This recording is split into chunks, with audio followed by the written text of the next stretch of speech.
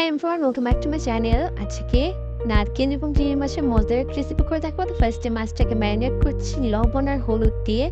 শ্রিমটাকে marinate করে 5 মিনিটের মতো রেখে দিয়ে এখন মাছটা ভাজার জন্য চুলায় একটা ফ্রাইং প্যান বসিয়ে দিয়ে দিব সয়াবিন তেল। তেল দিয়ে তেলটা গরম হওয়ার পরে মাছগুলোকে দিয়ে মাছগুলোকে একটু হালকা গোল্ডেন ব্রাউন কালার চলে আসা পর্যন্ত ভালো করে মাছগুলোকে ভেজে নিতে হবে। চুলায় একটা মিডিয়ামে রেখে মাছগুলোকে ভালো করে ভেজে নিয়েছি। এখন সেম তেলে দিয়ে দেবো 2টা মিডিয়াম সাইজের পেঁয়াজ কুচি।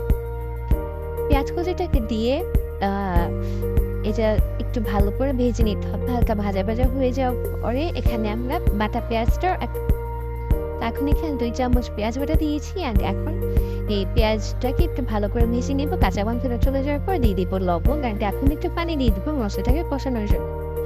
আপনারা একটু সময় নিয়ে মশলাটাকে কষাবেন, আমি এখানে স্পিডটা বাড়িয়ে দেখাচ্ছি। তো এই পর্যায়ে এখন গরম মশলা হিসেবে দিয়ে দেবো হলুদ করে অ্যান্ড মরিচের গুঁড়া।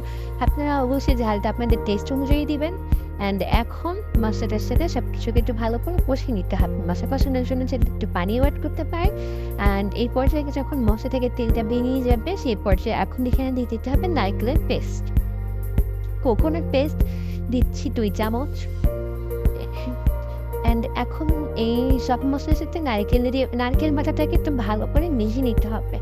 এই মশলাটা কিন্তু ধৈর্য নিয়ে অনেকক্ষণ ভালো করে কষাতে হবে। মশলা থেকে খুব সুন্দর একটা সেন্ট আসবে।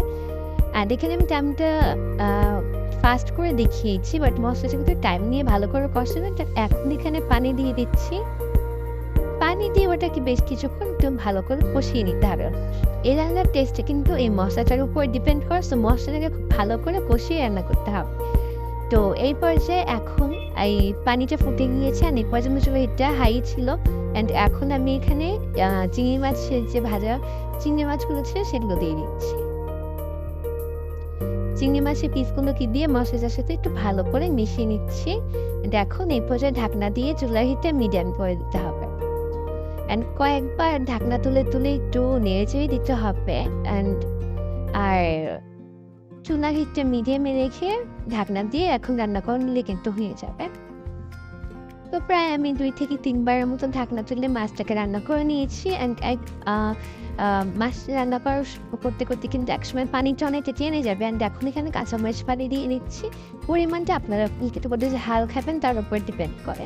তো এখন কাঁচামরিচ আবার ঢাকনা দিয়ে দিয়েছি। আর এরপর কিন্তু দেখতেই পাচ্ছেন পানিটা কিন্তু অনেকটা টেনে গিয়েছে। আর এভাবে পানিটা টেনে যাবে রান্না করার সময় নারকেলগুলো উঠে আসবে। আর এখন কিন্তু মাছটা প্রায় রান্না হয়ে গিয়েছে। আমি কিন্তু স্পিডটা বাড়িয়ে দেখাচ্ছি, আপনারা একটু ধৈর্য নিয়ে ভালো করে মাছটা রান্না করে নেবেন। অ্যান্ড এখন পরিবেশন করে নিব। So thanks for watching and subscribe for more.